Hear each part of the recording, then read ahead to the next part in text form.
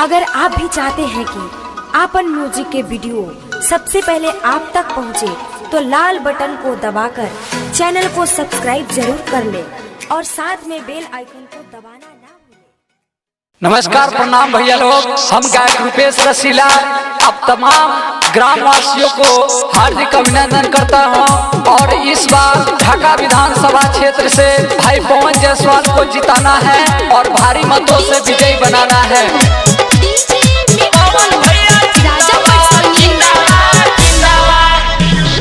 छोटा बड़ा गाँव के पुकार बड़ुए, हमने के विधायक यार बड़ुए। सुना तारा ये भैया, हाय हाय हाय।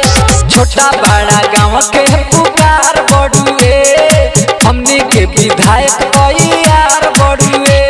रॉकेटर में जरूरत जैसे धवन के हो, कि रॉकेटर में जरूरत जैसे धवन के हो, वो सही ढाका में जरूरत बा पवन के हो, फिर से ढाका में जरूरत बा पवन के हो। डीजे मिठू राजा पटसोनी। पवन भैया जिंदाबाद जिंदाबाद जिंदाबाद। आपका नेता कैसा हो, पवन भैया जैसा हो। फिर से बरसाई प्यारा दे दीना मौका, होए विकास कबो तोड़ी ना धोखा, तोड़ी ना धोखा, तोड़ी ना धोखा।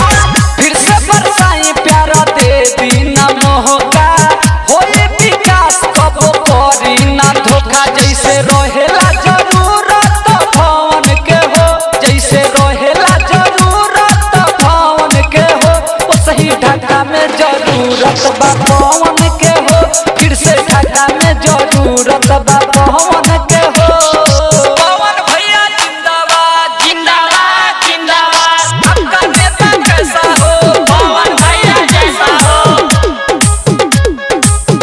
फिर से ढाका में डीजे जरूरत बा मिठू पवन के हो। राजा पटसोनी। पवन भैया जैसा हो। पवन भैया हुए हमनी के नेता, सब समाज के हुए चहेता, हुए चहेता, हुए चहेता।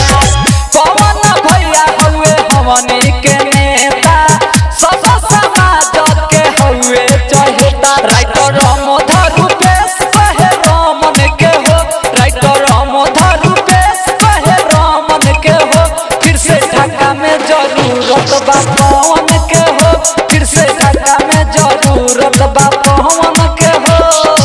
प्यार बरसाई पवन भैया के जिताई, हर हर महादेव। ओम साई डिजिटल रिकॉर्डिंग स्टूडियो